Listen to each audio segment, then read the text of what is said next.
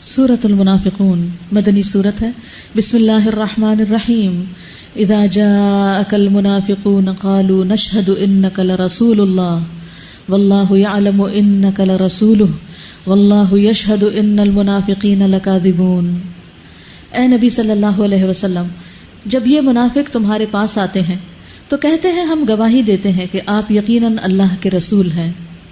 ہاں، اللہ جانتا ہے کہ تم ضرور اس کے رسول ہو، مگر اللہ گواہی دیتا ہے کہ یہ منافق قطعی جھوٹے ہیں. قسم کھا کھا کر وہ اپنے ایمان کی گواہی دے رہے ہیں اپنی زبان سے، لیکن ان کی گواہی قابل قبول نہیں. کیوں؟ کیا وجہ تھی؟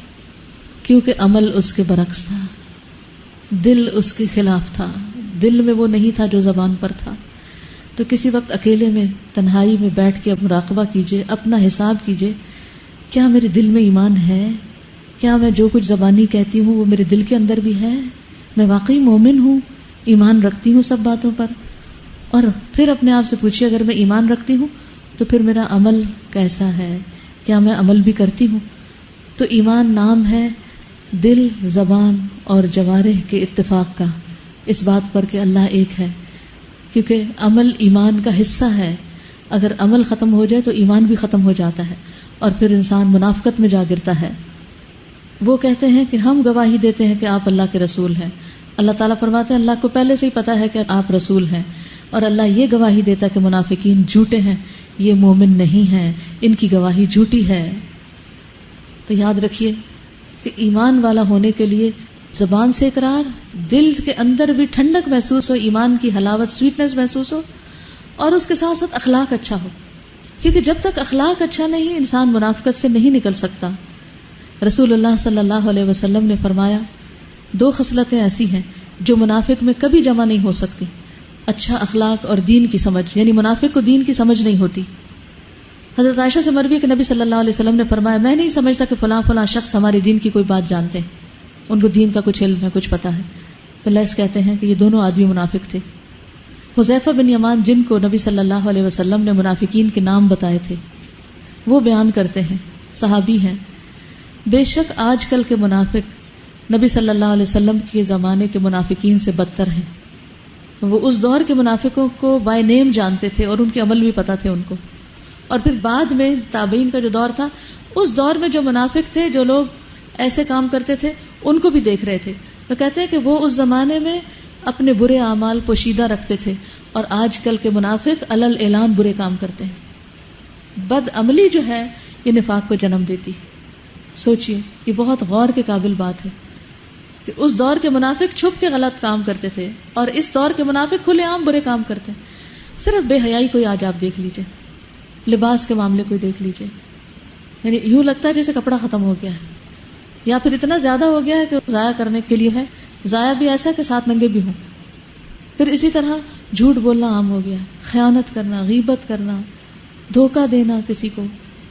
تو یہ معمولی باتیں نہیں ہیں.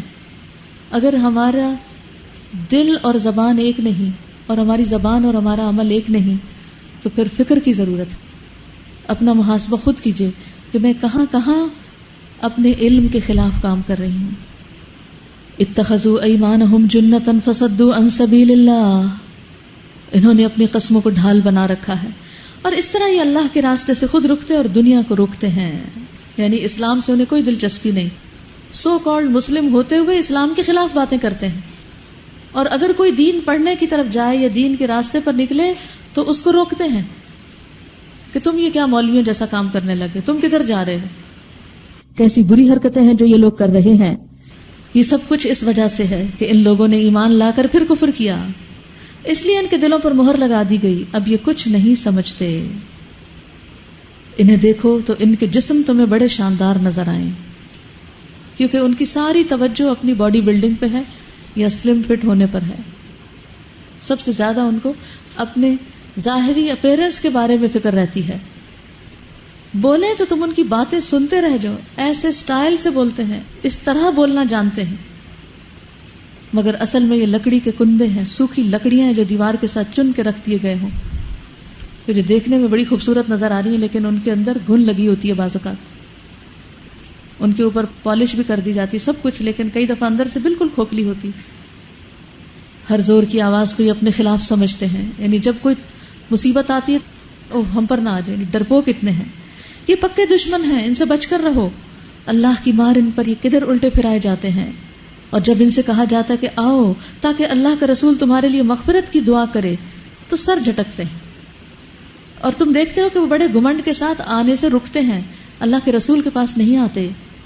اے نبی تم چاہے ان کے لیے مغفرت کی دعا کرو یا نہ کرو، ان کے لیے یکساں ہے، اللہ ہرگز انہیں معاف نہ کرے گا، اللہ فاسق لوگوں کو ہرگز ہدایت نہیں دیتا۔ ہم الذین یقولون لا تنفقوا علی من عند رسول اللہ، یہ وہی لوگ ہیں جو کہتے ہیں کہ رسول کے ساتھیوں پر خرچ کرنا بند کر دو تاکہ یہ منتشر ہو جائیں، حالانکہ زمین اور آسمانوں کے خزانوں کا مالک اللہ ہی ہے، مگر یہ منافق سمجھتے نہیں۔ یعنی اور خرابیوں کے علاوہ یہ فی سبیل اللہ نیکی کے کام میں صدقہ کرنے سے روکتے ہیں لوگوں کو کہ اللہ کے راستے میں نہ دو، اور دین کے مخلصانہ کام کرنے والوں کے خلاف باتیں بناتے ہیں، اور یہ کہتے ہیں کہ ہم مدینے واپس پہنچ جائیں تو جو عزت والا ہے وہ ذلیل کو وہاں سے باہر نکال دے۔ اشارہ عبداللہ بن ابی کی طرف۔ غزوہ بنو المصطلق کے بعد جب پانی کے کنویں پر کچھ لوگوں کا جھگڑا ہو گیا تھا تو اس میں سے ایک اس کے قبیلے کا شخص تھا اور دوسرا دوسرے قبیلے کا، تو انہوں نے جاہلیت کی پکاری اور اپنے اپنے قبیلے کے لوگوں کو اکٹھا کرنا شروع کر دیا، حالانکہ سب اللہ کے راستے میں نکلے ہوئے تھے۔ تو آپ صلی اللہ علیہ وسلم کو پتہ چلا تو آپ ناراض بھی ہوئے کہ دعوہا فإنہا منتنۃ، کہ اپنے اپنی قوم کو پکارنا اور اپنے جماعت پارٹی کا نام لے کر اس کو پکارنا اور ایک دوسرے کے خلاف محاذہ رائی قائم کرنا، یہ جاہلیت کی باتوں میں سے ہے، سڑی ہوئی باتوں میں سے، منتنۃ۔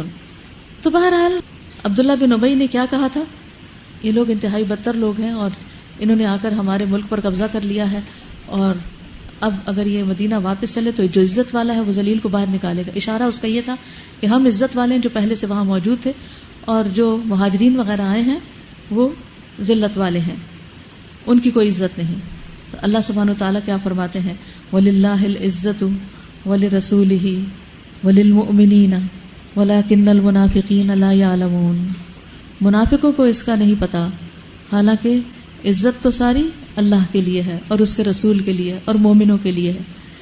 یا ایھا الذین آمنوا لا تلھکم اموالکم ولا اولادکم عن ذکر اللہ، اے لوگو جو ایمان لائے ہو، تمہارے مال اور تمہاری اولادیں تم کو اللہ کی یاد سے غافل نہ کر دیں، اور جو ایسا کریں وہی خسارے میں رہنے والے ہیں۔ جو رزق ہم نے تمہیں دیا ہے اس میں سے خرچ کرو قبل اس کے کہ تم میں سے کسی کی موت کا وقت آ جائے، اور اس وقت وہ کہے کہ اے میرے رب کیوں نہ تو نے مجھے تھوڑی سی مہلت اور دے دی کہ میں صدقہ کرتا اور صالح لوگوں میں شامل ہو جاتا۔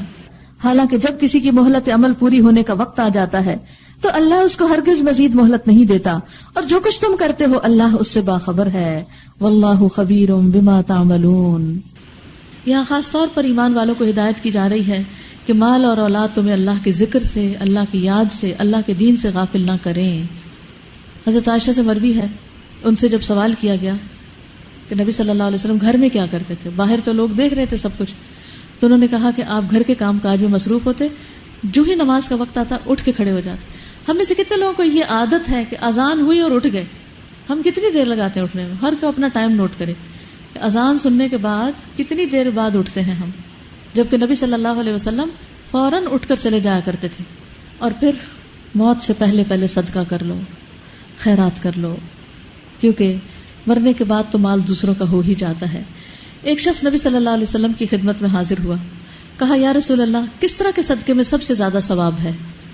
آپ نے فرمایا اس صدقے میں جسے تم صحت کے ساتھ بخل کے باوجود کرو، تمہارا دل بھی تنگ ہو لیکن پھر بھی کرو، تمہیں ایک طرف تو فقیری کا ڈر ہو اور دوسری طرف مالدار بننے کی تمنا اور امید ہو، اور تم صدقے میں دیر نہ کرو کہ جب جان حلق تک آ جائے تو اس وقت تم کہنے لگو فلاں کے لیے اتنا اور فلاں کے لیے اتنا، حالانکہ وہ تو فلاں کا ہو ہی چکا ہے، وہ تو دوسروں کو مل ہی جائے گا، اب تمہارے کہنے سے تو کچھ زیادہ فائدہ نہیں۔ تو جب انسان صحت مند ہو، تندرست ہو، عام روٹین کی زندگی میں ہو، اس وقت صدقہ کرے اور ہر چیز پر ہر طرح سے خیر و بھلائی کو عام کرے، کیونکہ صدقہ جو ہے وہ انسان کو بری موت سے بچاتا ہے اور قبر کے عذاب سے محفوظ کرنے کا ذریعہ ہے۔